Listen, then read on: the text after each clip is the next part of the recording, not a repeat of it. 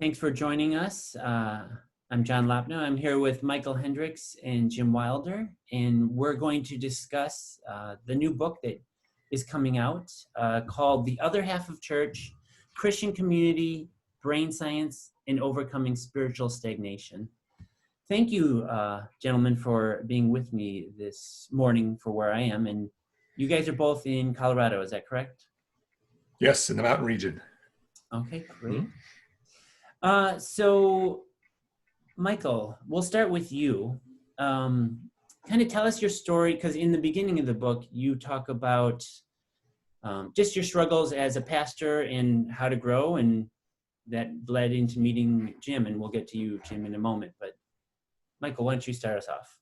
Yeah, I was a pastor of spiritual formation in a large church here in Colorado. The job description for that was basically, how do we help people grow? How do I help? Because we had a lot of very, very young Christians coming in, and they were excited, and most of them didn't grow up in the church. I would say a majority of them had never even read a book of the Bible, but they were really excited about the meetings on the weekends and what they were hearing, maybe some things for the first time. Mm-hmm. And so my job was to think, okay, what about the next steps? How do we help people start growing in this wonderful transformational life that Jesus talks about, teaching people how to live in his kingdom here on earth, with all the complications that come along with that on earth, you know. And so I created different things. I wrote a book on the basics of the Christian faith. It was called Basic Training for Walking with Jesus. And we would hand those out to everyone. And when we would have a baptism service, we would hand out a copy to each person and things like that. And I created trainings for spiritual disciplines and everything. But I started seeing a trend over time that the spiritual practices and disciplines that I was teaching, and I was even in my own life, seem to work sometimes really well and have profound impacts on people's lives. And other times they seem to not work at all. Mm. And they would work for some people and not for others. And they would even work for me sometimes, and they wouldn't work for me other times. And so I got to a point where I would just like scratch my head and go, I don't think I have the whole formula here. I'm missing some variables. And I remember I have memories of sitting in my office in church, staring at my dry erase board and just looking at it and wanting like a picture to come to my mind that I could draw that would explain it. And I got nothing. Until I got a phone call from a man who wanted to have lunch with me, who had visited our church. And he's a man who's really interested in discipleship and getting that back into the center of church. And he was a good friends with Dallas Willard, if you know him, who's a real well-known person who really championed the centrality of discipleship and character transformation in the church. And so this man, one day we were having lunch. We started having lunch every month to talk about discipleship. And I pulled another friend in with us, another pastor. And a couple months in, he made a funny comment. He said something like, Michel, we need to make sure we don't forget the neuroscience angle of spiritual formation. And his name was Bob. And I said, and I thought, Bob's 80 something years old. And I thought maybe he's just having a senior moment there, because that made no sense to me at all. So I kind of ignored him. And then we changed the subject and talked about something else. So that's a good thing to do when you don't understand something. Just ignore it. Just ignore it. Pretend it was a mistake, But Bob was you already were a disciple of Dallas Willard, right? You'd been studying him for some time, and you set a new record for longevity in seminary. So it wasn't like you came into this without knowing the field, right? Yeah, my confusion really led me first to Dallas Willard, because he seemed to be expressing some of the same frustrations I was having with my own personal experience with being a pastor of spiritual formation, and so I would just devour Dallas Willard. But there was really very little in seminary that prepared me. For example, for a person who wants to try to read the Bible, and when he reads it, he gets triggered emotionally and puts it down and doesn't want to look at it again. Oh, wow. And then he comes to me with that, and I'm like, what do I do now? Nobody told me what to do about that, or those kinds of things. Right. And so, but after having lunch that one time with Bob Howey, a month later, we were talking, and he said the same thing. He said, I think we may be forgetting to take into account how God designed the brain and the factor that plays and how we grow as disciples of Jesus. And I said, Bob, I have no idea what you're talking about. He goes, why don't you give me a little more information? And he kind of smiled and said, well, let me invite Jim Wilder to our meeting next month. And we will, and I think he probably can explain it a little bit better than I can. And that's when Jim showed up, and basically we met for lunch, and he explained it out. And it was so overwhelming, but intriguing at the same time, that I asked Jim, can we get together again for a couple hours? Not over lunch. And I just kind of want to hear a long story and actually try some practices out and things. And it was during that meeting where I came to the conclusion that I was essentially a half-brain Christian. And I was helping people grow in my church with the resources, the important resources, mainly out of our left brain, but ignoring the right brain, which is really the relational brain, the connecting brain, the joy brain, the identity part of our brain. I was ignoring half of all the brain resources that Jesus designed into us to help us grow. And so you might call that an eye-opening experience for me. So most of your energy and attention and resources were in cultivating the left part of the brain, the linear, logical, like that information part. Yes. And it did provide, in the book you talk about, it actually provided a lot of growth for people who are new to the faith and interested in learning that, and it actually provided a good foundation for them. And that's where they saw a lot of growth. Right. Yeah, because, having good information and truth is very, very important. Right. But there's another vast areas of problems in our life and roadblocks and speed bumps we hit that don't have to do directly with truth. It has to do with other areas.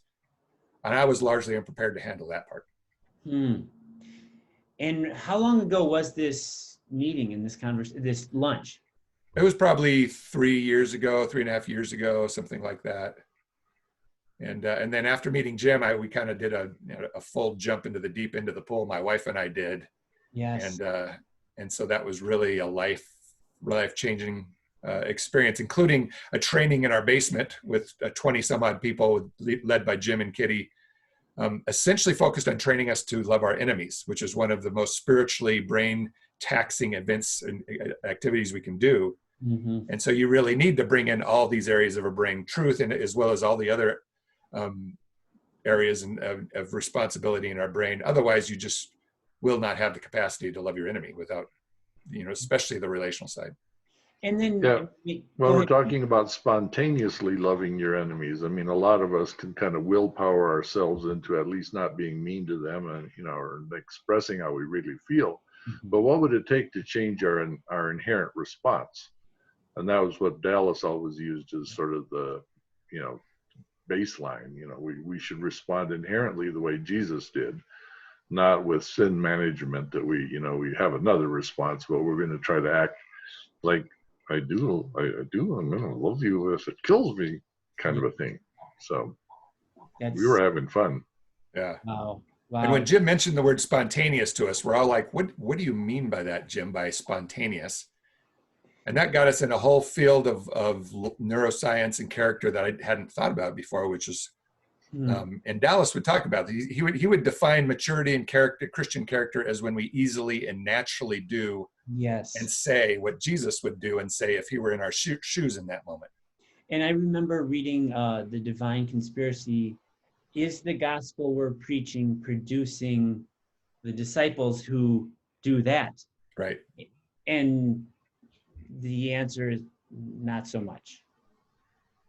Inconsistently. Yes, right, yes. I'm trying to be, what's the word, generous and benefit of the doubt, but also just say what I see and tell the truth so that we can name the reality and actually grow in the truth of the whole brain, which is why we're here.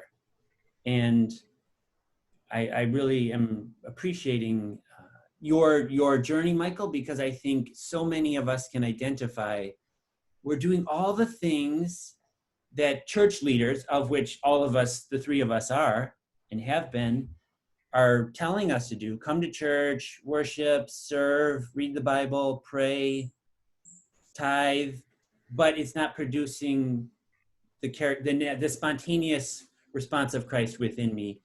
What else can I do? We don't know what to do, so let's just keep doing more. So, Jim, you're almost like secret agent Bob kind of created a connection. That's what he seems like to me. And actually, when you were speaking, Michael, it came to me, actually, Bob has a special role, I think, in the kingdom. And I think I've heard the name, but I don't know his history. But even here, he's an elder in the body of Christ, creating connections, taking an interest in someone younger, you, and then building this bridge with Jim, and kind of in a covert way, just sprinkling this line. We can't leave the neuroscience out of it. And I think he did it, he was patient. He did it over time, and which actually really got my attention in the book and when you speak it here. So I want to appreciate the elders in our community. That's like a beautiful glimpse and aspect of who God is and how he's forming us. So thank you, Bob. Yeah, thank you, Bob. And maybe I'll watch this. This is Bob Howey. Okay. Yeah.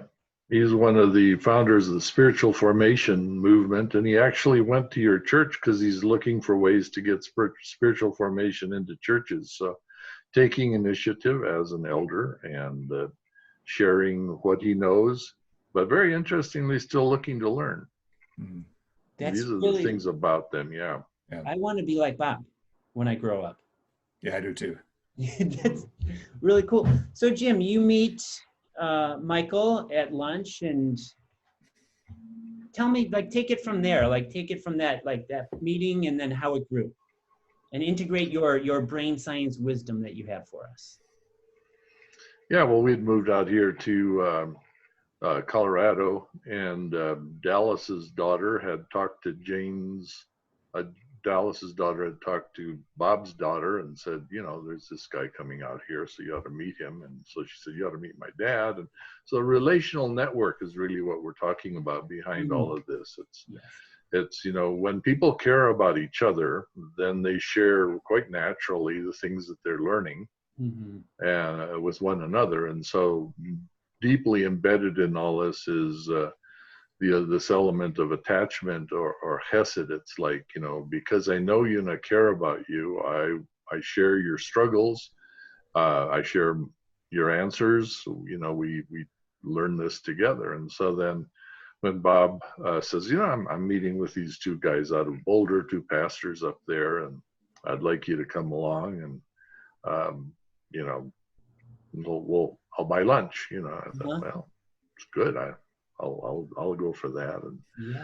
And then I meet these two fellows, and they're curious. I really like curious people. They want to understand. They want to look into stuff, and they don't pretend to understand what they don't understand, and or to know what they don't know. They're genuine. They don't pretend that things work better than they do.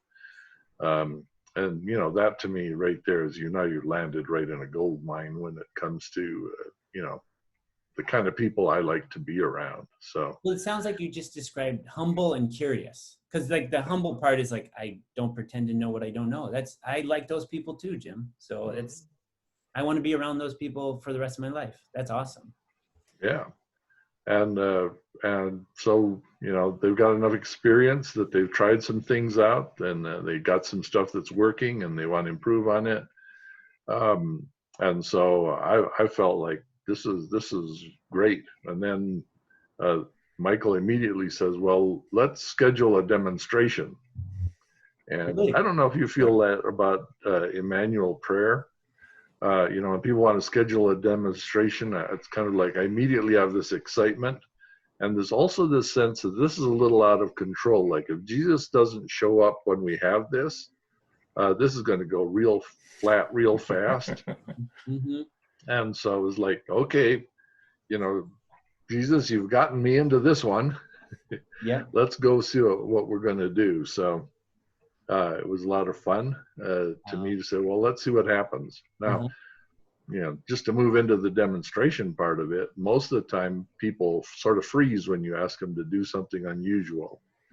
So I said, well, let's start with a little reggae experiment. Here you're going to do this reggae beat. We're going to do it together, and then we're going to ask Jesus to show up.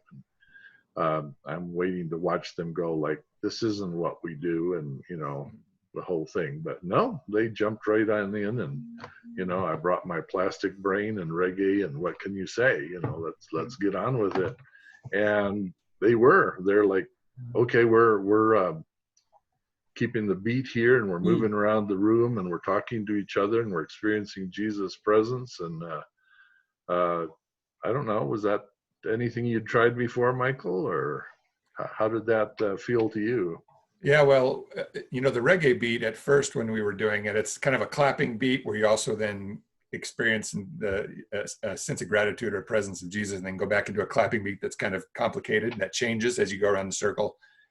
So he simultaneously make us concentrate on something, and then pull out and connect with Jesus, and then concentrate on something and pull out and connect with Jesus. Brilliant. And I was thinking, what are we doing this for? Like, what's this have to do with discipleship? And then Jim says, what we're doing right now is we're training you to be able to maintain a connection with Jesus in a very confusing or distracting environment. And all of a sudden it's like bingo. It's like, I could think of 20 situations in my own life where it was distracting. I could not maintain a connection with Jesus. And you can actually train yourself to do that. Yes. That was news to me. Yeah. I think it's sounded like what church should be. Exactly. Yeah, that's what I really like what Dallas had to say. It should be like the place that we're equipping and training and developing. And because of that line of thinking of what you're saying and what Dallas is saying, I call our small group that we meet on Zoom community of practice. Like every email, every verbal, it's because I want them to know we're not just learning more information, we're actually practicing something, because that's actually learning. Are you like practicing the presence of Jesus? Is this like presence and practice together, or what? Yes, Jim. Thank you for and that wasn't even set up. The presence and practice ministry here. Yeah, read that. Yeah, thank you, Jim. That was smooth. Well done. So yes, actually, like we're practicing the presence of God, and I love Brother Lawrence and doing the dishes and being on a Zoom call and raising teenagers and administration stuff that drives me nuts. Can I practice the presence of God in those moments? And then how about when I'm doing it and then one of my kids comes in because they're fighting? Now who's my enemy? Oh, right? Yep. So that is the challenge of really parenting and practicing the presence of God in those things. So what are, Michael, sorry, I got distracted because something popped up on my screen. So I just want to acknowledge that. I can edit this part out, or I might not, just show them the reality of life. Being distracted and staying connected. Seriously, while I'm talking about it, a little reminder comes up. So, but I think a lot of people who hear the podcast know about joy because that's just a core foundation of it. But I think just maybe a sentence or two about it, and then moving into Hesed love, if you want to do that. And then I do want to hear about the 4 soils, but let's talk about joy and Hesed. So if you both can comment on the importance of joy. Well, joy and Hesed are the first 2 soils, so we're already into the soils, whether you knew it or not. And so really, one of the things that stuck to me with Jim in that meeting we had when he brought his plastic brain is he got it and he divided it into half and then started showing us how data flows through the brain and how it processes experiences like that. Yeah. And then he explained the difference between the left and the right brain, and the right brain's really the relational brain. It's more powerful. And then he said something curious. I don't know if this is exact words, and you can correct it if you want, but he said, and our brain is constantly looking for one thing, and that's joy. And joy is defined as what you feel when you can tell someone is happy or glad to be with you, that you're special to them. And we often detect that actually faster. This is the spontaneous thing again, faster than conscious thought. It's not like we're thinking and using our will to scan the room for faces, if we go to a party or something. Our brain is, I think about once every 6 times a second, it's scanning the room and looking for eyes that are lighting up, faces that are smiling, expressions, body language that are communicating to us non-verbally that person is really happy that I just arrived at this party, for example. And that is joy. And so with the analogy of the soil, one of the key elements of healthy soil that will grow character is that it's an environment of very high joy, where our faces are lighting up when we see each other. We're giving them our eyes and our face. And there's almost this kind of ping pong of joy back and forth in an environment, and actually acknowledge that and build joy. We're also very, very diligent in a community to fill any kind of holes or leaks that happen in our joy, which can happen for different reasons. But a joy is just like something we maintain, just like if you're a gardener, there's certain nutrients your soil needs for your tomatoes to grow well, where you're monitoring these forward things to make sure, that they're all doing well. And if not, then you monitor that and you build it. Go ahead, Jim. Yeah, so if you divide the brain here roughly in the front and the back part, which it divides right about through here, the back part is pretty much run out of fear, things you want to avoid, stuff you don't want to get into. And the front part is built out of desire, and the desire I think that we have is to be loved and enjoyed by other people. They'll be glad to see us. So if you think about being back in high school and the difference between being sent to the principal's office as a motivator, or getting a bad grade, or getting to see your girlfriend or boyfriend or whoever it was, you see the difference between the two. One of it really energizes you to draw it in. The other one is like, I want to stay out of this. And so if you want to really build character, which one of those is the better way to go about it? God's going to toast you in hell if you don't do right, which has been, used as a motivation for a long time. God's displeasure, or God's joy at being your father and being with you and teaching you how to be alike, you're a chip off the old block. Right. And that kind of motivation is very central to developing a character like God's. You can't develop a character like God's by trying to avoid his wrath. That's interesting, because it flows out of our image of God. If he's angry at us, then that's how we will motivate as church leaders or followers of Christ. Or if he loves us and is glad to be with us in the midst of our mess or sin, then there will be a different motivation. And almost all of the masters of prayer, the saints across the year, from St. Clare 1,000 years back to St. Teresa, they were all sort of not real excited about the ascetic kind of Christian life. It's not what you give up. None of us deny that there's things we need to give up. There's the things that if you crowd God out of your life, there's no way you can develop a good relationship with him. So we got to uncrowd the spiritual life. And a lot of spiritual formation practices are around uncrowding your life from all the stuff that gets in God's way. But that by itself only makes room for something else to grow. Now you have to have the joy of God's presence. And St. Teresa of Avila, for instance, was very much on how do you go into the inner castle of your life and discover that in the center of it, in spite of your sinful ways, there's a God who's going to delight to be with you. And let's make that journey to discover this face of God. And I think the face of God became very central to you, Michael, as you were writing the book and looking at this. What was it about God's face that touched you? Well, the concept of God's face lighting up is actually more common in scripture than we realize. Sometimes it gets translated out. One of my favorite Psalms is Psalm 16, where it says, in your presence is fullness of joy. Yes. But that was always dear, that God is close to me, and that his closeness gives me joy. But if you kind of peel the English away and look at the Hebrew, the more literal translation is abundance of joy with your face. So maybe the translator didn't know how to translate that using the face, or maybe they have some preconceived notions about what that means. So they made it more of an intellectual, God's presence versus what's very much an image of God's face lighting up. It reminds me, when my kids were small and, one of our babies would be sleeping in their crib, and we'd go in, tiptoe in at night and look over the railing, and my face, I'm sure, was just beaming, this joy beam. And to have, the sense that God's face is very similarly tiptoeing and looking at me, and his face is just lighting up because he's so happy to be with me.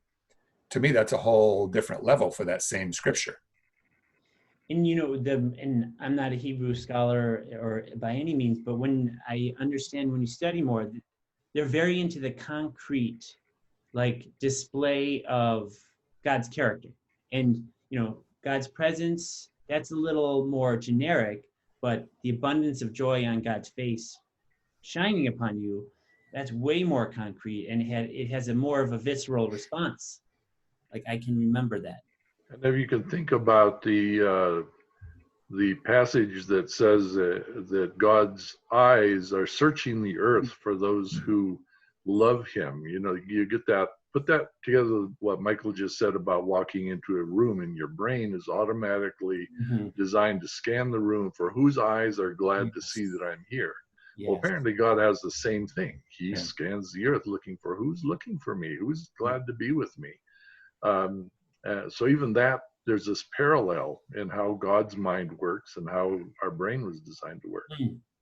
I would love to see groups of people in leadership have ways, like when you're in leadership, there's things you monitor and who shows up. I mean, the easier things to measure. But how do we keep on the forefront of our heart and our mind as leaders, as participants? How's the joy level? Who's asking those questions, and how do we embed it in, like, the order of minutes and the way the meeting goes? How do we embed that in that structure? And if you have thoughts, or I know it is in the person and it's a relational dynamic, any thoughts, any response, because that's just a dream that I would love to see. Well, really, the book talks about that. The other half of church is talking about that other half that is usually omitted in our Christian practice.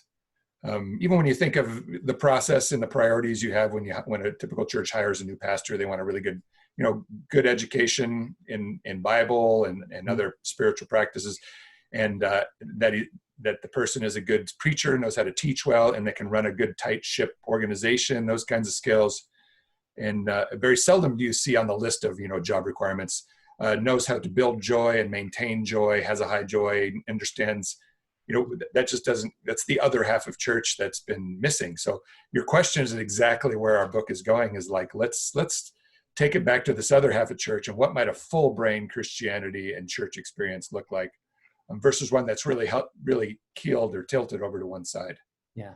And the interesting thing is not that complicated, because one of the things been discovered about the brain is, even if it knows that joy is important and can't find it, it starts building anticipation of joy, looking for it around there. So the second that a church starts a conversation of what's the genuine joy level around here, how are we showing each other that we're glad to be together, it will not be 6 weeks before everybody's got a much heightened awareness of whether there is or isn't joy when you walk into a church, when you walk into a meeting, when you have prayer, when you're doing this and that. Are we glad to be together or not? So if you're bold enough to ask the question, your congregation, the people around you, will very soon start telling you if it is or isn't there. It's not that hard to observe. It's just we have either not been taught to observe it, or we've been taught not to talk about it. So break the rule, say we can talk about this. You'll discover real fast what the joy level is and where it grows.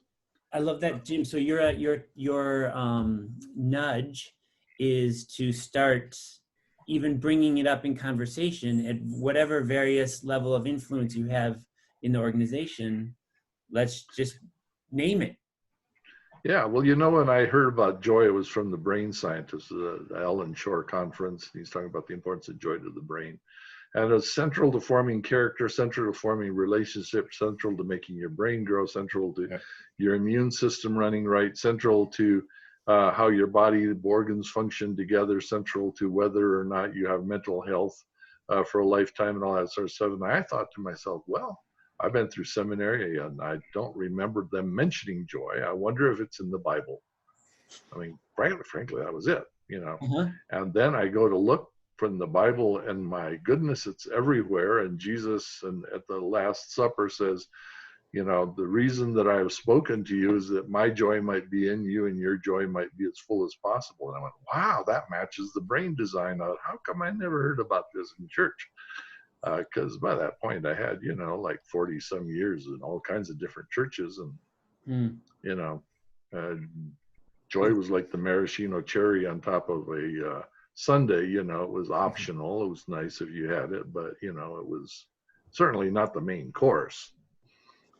And a lot of times these definitions are not relational. They're very individualistic, and it's just a sense of some positive well-being rather than connected to how I'm doing relationally with people and how they're doing with me and monitoring. Mm-hmm. Well, that really does take us to the second thing, though, about Hesed. I didn't mean to step on your announcement there, Michael, and we'll go back to that in a minute. But as soon as you develop joy, you start developing attachments to people. And if you're not developing attachments, then joy doesn't grow very far. Mm-hmm. So, you know, this thing of you're going to have joy, you're going to develop attachments to people. And we've been taught a professional model of ministry. Mm-hmm. You know, you do it professional, you don't attach to people. This is not personal to you. Mm-hmm. If you're doing it right. But joy doesn't respect such boundaries. Mm-hmm. So we really have to be creating an environment where we can form attachments, and all attachments are permanent. So we have to build for permanence. And again, the typical church is building for attendance, not for permanence. So we're going to be glad to be together, and it's going to develop something that's permanent. That's a different model. But back to what you were going to say, Michael. Yeah, that's what I was saying as far as discipleship and the re-scrambling how I would do discipleship is that not only is joy not the maraschino cherry, it's actually the first thing. I think it's the on-ramp, the first thing you do. Mm-hmm. Mm-hmm. And that joy immediately, like Jim says, leads into building these strong attachment, Hesed type relationships, which more is a church functioning like a family than it is an organization or an establishment. You know, these are such strong relationships that they, you know, if someone gets a new job and moves to the East Coast or something, there's pain involved there. You know, very much pain, like if your child who grows up and then has to move far away, there's pain, it hurts. Mm-hmm. That pain is a very good pain. It's a pain that says, okay, something healthy as far as attachment is happening here. Rather than, you know, let's have a party for the person, they go and you never really hear from them again or think of them much. You know, there's kind of this mid-level acquaintanceship that we often maintain in church, but it never quite goes to the level of a family bonding attachment. Yeah. But if you don't have that family attachment, you know, the analogy Jim has used is it's like a firewall. You don't get into the deeper character changing areas of your brain without that attachment, without that level of loving bond, family bond. And so you're basically going to just kind of settle for a glass ceiling, and it's a pretty low glass ceiling of change. There's still some change there, but you know, until our churches become high joy and very deeply bonded, there's a limit on what you can do. Well, there's two, Jim, go ahead.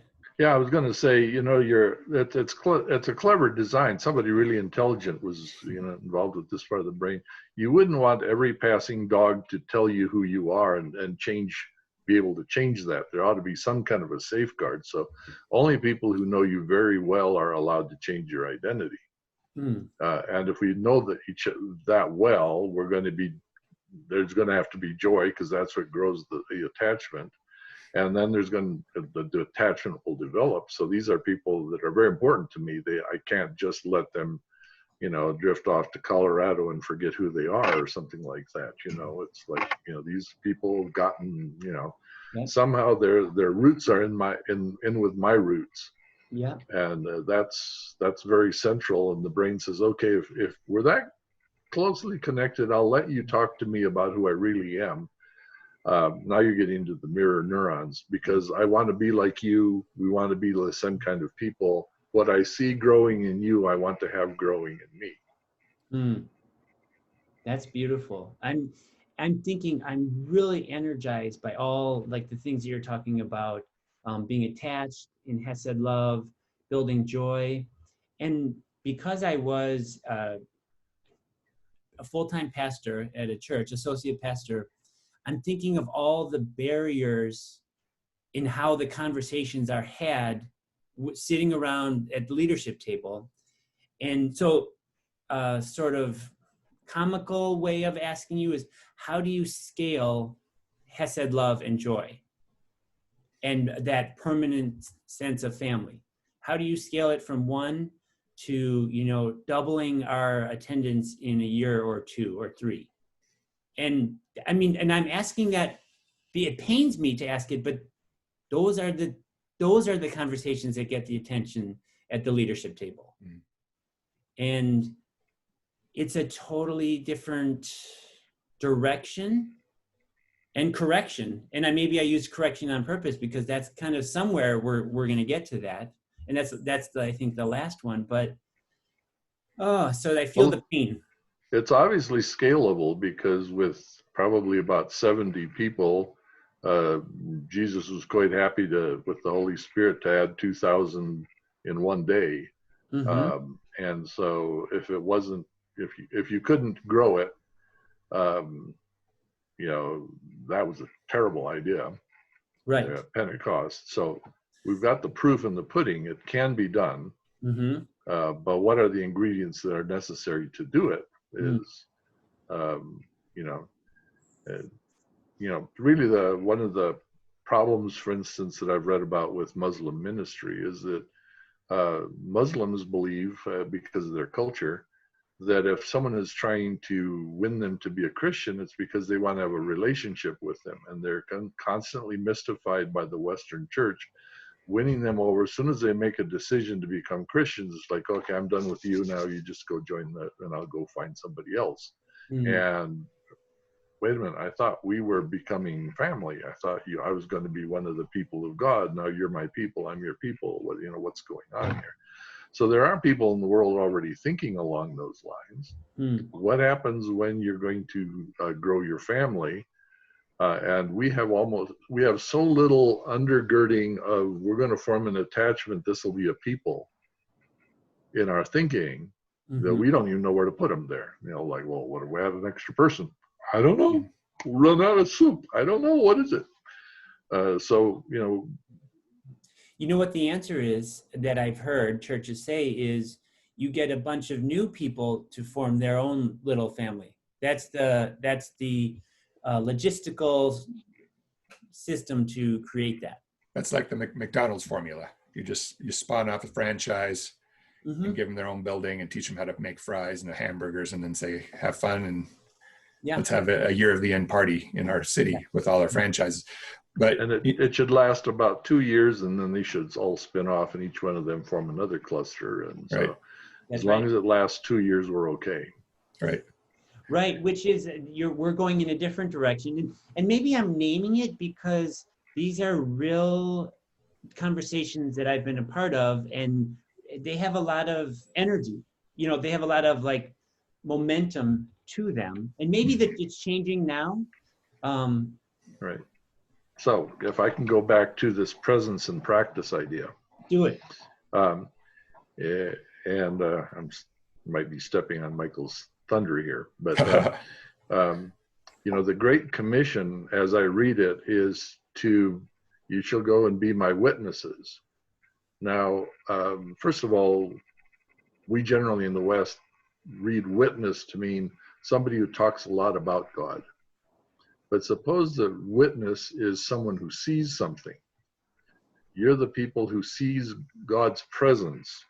Mm-hmm. And you're going to go every place in the world seeing what God is doing immediately right now in spite of all of the distractions. And then it says you're going to make disciples. Mm-hmm. Now, we tend to say, well, we'll make disciples for Jesus. But the passage doesn't have that sort of emphasis. It says if you're making disciples, they're going to be people who follow you, and you're going to be teaching them how to see Jesus in every moment. Mm-hmm. That you'll be the witness. You're teaching them how to see Jesus' presence and practice that with each other. Now, as soon as that starts spreading out, so I'm staying with you, and no matter how bad things get here, mm-hmm. we're going to see where Jesus is, and we're going to practice that together. Yeah. Now you've got something that actually builds and spreads. Yes. And immediately, when do you need most help seeing where Jesus is? That's when people feel like enemies. Mm-hmm. Right? So every time someone feels like your enemy, is that how God sees it? Well, no. Let's practice together till we see that. Your husband feels like your enemy right now, your child does, your ex-wife, your whoever it is. Well, let's get Jesus in here and let's experience his presence. And if that's what we're doing every time we get together, that actually will scale very nicely, but it really restructures things from being an organizational structure to how are we going to together practice the presence of Jesus. Yes. So what would you say about that, Michael? Yeah, I think that one of the reasons why, if Hesed starts growing in joy and it starts getting bigger, well, a lot of the reasons that then blows up is because we don't teach people how to handle the problems that inevitably come, because we don't teach people how to love their enemies. Because if we're in a very deep Hesed church and it's getting bigger, we're going to have problems. We're going to bump heads. There are going to be people hurt feeling. There's different levels of maturity, so that's the importance. Then one of the things we do for the third element of soil is what we call a group identity, which basically lays us out how do we live in the kingdom of God on earth very specifically. One of the most important or fundamental group identity statements has to do with loving our enemies. We are a people who love our enemies, and we return blessings when we are cursed. And if you're hearing that, you're a brand new Christian, you start going to church and you hear that every couple of weeks, that's the kind of people we are. We love our enemies. Here's a story about when I loved an enemy. Here's a story when I didn't love my enemy, but this is what I would have done. And maybe you can help me be better. If that's just what we're doing, then all of a sudden, when someone in my big church, I have a problem with them, or two other people have a problem, we've been talking about loving our enemies all along. We've been practicing it. So it's not like we're starting from ground zero. What usually happens is when those conflicts arise, then people just split up and one group goes to another church and this one stays here, and then that splits up. And that's been the history of, the Christian church for the last 1,000 years. If I can jump in on that, since I get to talk to a lot of church pastors that have these small groups, you said typically first 2 years of small groups are very nice, and then the problems emerge, and then the groups break apart, and because no one knows what to do. Now that people's dirty laundry, let's say, is coming out, or they're getting conflicts with each other, and shouldn't that be just when the good stuff starts? Right. Yeah, that I have also seen the kind of multiplication of the small groups. It tends to happen right around that time when the real stuff starts to heat up. And from the group identity, I think it was the Pandora problem, I kind of wrote down is it 5 or 6? 6. I put it in my Evernote, and I'm the kind of nerd who prints this stuff out and brings it to vacation and talks it with the other families that we're with and saying, let's discuss this. And it's good. I mean, these are like thoughtful people that we go on vacation with. We only go on vacation with like wonderful human beings. So, but one of the ones that I love in there is how often in the last week have I felt the pain of someone who's important to me? And then it's sort of a corrective part of that is, when have I thought, oh, they had it coming, that they deserved it, that was a consequence of their behavior? So you can see like when I was proactive and when I was like reactive, like, oh. So that's part of the group identity. There's questions that we can put on the forefront of our mind to make sure that these things get our attention and that we bond accordingly. Well, I think one of the interesting things that Michael said that caught my attention, first thing was that, I would revise what we teach people. We've been telling them, here's what we believe. And so got a series, our church is defined by our beliefs. But you said you were going to go back and revise that. So can you tell us a little bit about that? It sounds good. Yeah, so the first thing I would teach any new believer is how to build joy. That's number one, because that's kind of joy really functions as the fuel for the whole character building, relationship growing endeavor. It's the thing that puts fuel in the gas tank of that whole process. And when the joy's low, even really, really good and wonderful practices aren't going to work very well. Just like your car, when you're low on gas, it could be a Ferrari, a beautiful Ferrari, and if it doesn't have gas in it, it's completely useless to you. Right. But this is a big shift from we believe to we are, right, as what defines you as a group. mm-hmm. So then you know if you're operating out of who you are designed to be, who your true identity, or outside of that, less Mm-hmm. than that. Yes, and then the joy building and the attachment building as well is a crucial element for people who have, like Jim mentioned earlier, kind of a fear bond with God, where they're more afraid of God, what God might do if I don't act right, or that he might send me to the hell, or things like that. You know, and the Apostle John seems to think that's a normal spiritual practice. You know, we teach people that, you know, perfect love casts out all fear.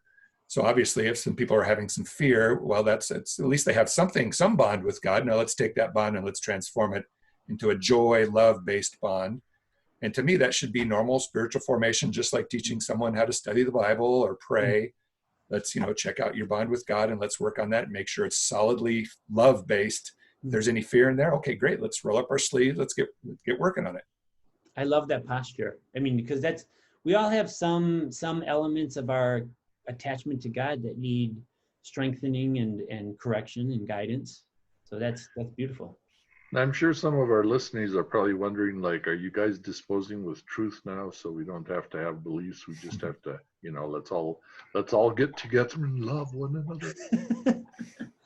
Is that what you're proposing, Jim? Well, let's ask Michael. He was going to move "we believe" into "we are people who."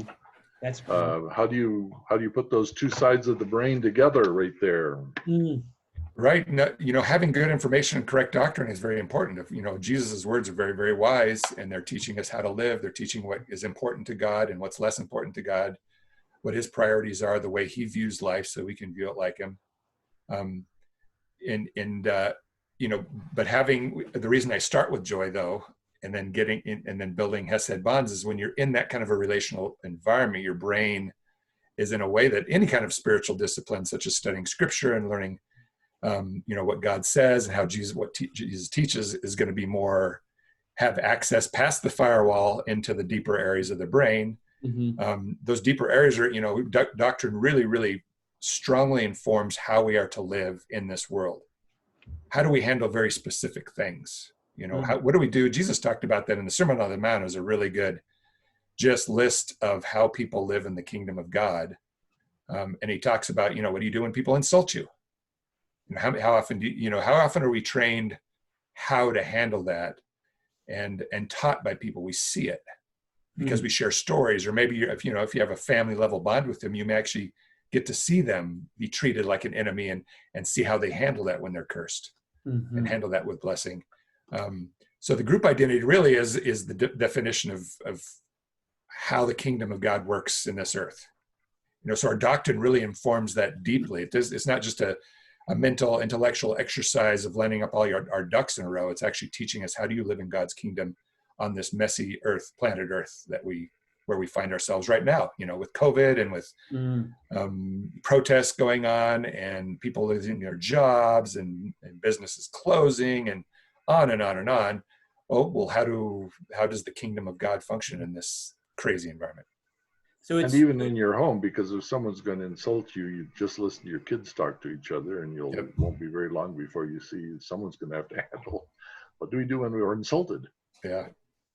Yes, and it's almost the truth that could be written down is embedded in the relational context that we're living in. So the truth is alive and well and being experienced. It's very, very relational. You know, it's everything God does is to further the relational connection between us and him and between us and each other. You know, Jesus uses the analogy of a vine and a branch. You know, he's a branch and we are attached to him as a vine. And when we stay attached to him, we bear fruit. Powerful attachment image. Yeah, that's a very strong attachment image that, you know, and in that work, that attachment to Jesus, we need good truth. We need correction. You know, that's the fourth nutrient, is when we have this really robust group identity, well, invariably, we're going to not live up to that. Okay, I'm going to start exhibiting fruit. Maybe it's some arrogance of mine, or maybe I'm not sharing other people's pain, or I'm trampling people because I want to get things done. You know, you see this in churches. I see it in my own life. And And if you've been well trained, this is one of the most radical things Jim said in our Loving the Enemy training we took, is he says, you know, after a while, when you get used to doing this, when someone comes up to you and says, you know, I think you weren't acting like yourself back there. Do you want me to remind you? My reaction should be, oh boy, I get to see something about myself that doesn't look like God's kingdom, and I get to be corrected, and I get to know Jesus more, maybe in situations where right now I kind of lose him and start acting differently. So I remember one time I was working in a counseling office, and one of the other ladies was a counselor, and she'd been to the bathroom, and she came back with toilet paper, you know, actually stuck to the bottom of her shoe. And, you know, I went up to her and said, you know, you have some toilet paper there you might want to take care of before you see your next client. She was very appreciative. Embarrassed, yes, but appreciative, you know. And in a sense, aren't that's what we want to do for people, you know. It's if I fail to tell my wife when her tag is sticking up on the back of her dress, you remember Markle, the once-time princess, went out with her name tag up in the press of the entire world. You know, so we call it having a Markle. Okay. Yeah. So if I fail to tell her that, she feels like I've let her down. How did you let me go out with my whatever showing? You know, and in a sense, that's what we want to do with each other. You know, your non-Christian, you know, false self is showing. Would you not like to get back to who you really are? Let me help you on your way back. Which requires, you know, being able to see each other the way Jesus sees it. So having that, even when you're not acting like yourself, we have enough of the presence of Jesus that we can practice looking at each other and reminding each other who we really are. And this correction should be something we really welcome. But we're actually quite terrified because, you know, it has that initial shame, embarrassment reaction, like, now what? Do you still love me? Now you have to have a Hesed. So, oh yes, I'm glad to be with you. I mean, it's all in the brain. That's why we don't do that correction very often, is because, number one, we don't want to hurt anybody's feelings. So we try to be too nice. Maybe we don't have the kind of attachment where we can do that. But another reason is, too, we haven't practiced it. We don't train people. You know, it takes some repetitions to come up with the words and to do it clumsy, and then have someone say, well, it would have been better if you'd done it this way, but thank you for trying. And you get better at it. And so that's again, some of the omission of what we do in our discipleship. We don't teach people how to train people in a very loving, healthy, group identity saturated way. Well, I see the sequence of joy going to Hesed, love, this attachment, group identity, then the correction. If you have those three sequentially in order over time, then the correction seems to be natural. Like, of course, I want like too much growth over here, or weeds, or things to be pruned, so that there can be more fruit of the kind of fruit we want, rather than the destructive kind. And so I do think you guys have laid it out beautifully in this podcast and even in the book. So I'm really looking forward to the fruit that comes from the book coming out, but actually seeing pictures of people, circles of people, either on Zoom or in person, around the book, engaging the ideas, engaging each other relationally, practicing the presence of God. And that's why I wanted you guys on here. I know both of you. I consider you friends. Michael, we met one time for over 1 week, but I really want these ideas to be engaged in webs of relationships all over the world. And so that's my prayer and blessing for the people of God and for the world. And that's part of the whole part of being a relational network. You see, I had these ideas. Michael sequenced them and simplified it into 4 steps. So it's like, you just outlined that, and now you're spreading that to the people you know. You're going to make disciples. And you're going to say, see, look, Jesus is here at work. And by putting these elements together as a people, it'll spread, it'll grow. I can't wait to see the fruit. Yeah, we can't either. We're excited. Yeah. Michael, would you just bless the people who hear this with just like a benediction, a blessing, just from the heart, flowing out of what we've shared here today? Well, for anyone who is listening, I bless you with a growing joy in your heart that you can feel Jesus's face shining on you, and that he would bring you to a community, if you don't already have one, where you show up and you can feel faces shining on you and you feel your face lighting up. And then you start developing those deep bonds that Jesus talked about as a branch and a vine to him and to each other. And that you would start to learn and train how to live in the kingdom of God on earth. And that you would be so committed to that, that when you see each other failing to do that, you very lovingly correct them and remind them, this is how we do this in God's kingdom. I think you did it this way. Let me remind you how we do it. And they're assured of your love for them. It's not a shaming thing that would turn them off, but it's actually a healthy correction. And that may God give you, as a result of all this, abundant fruit. Beautiful. Thank you so much. You guys are wonderful human beings. I'm really glad you were here, and God bless you and your family members and the people you are attached to. So, Thank you, John. Thank you, John, for having us. thank you very much. And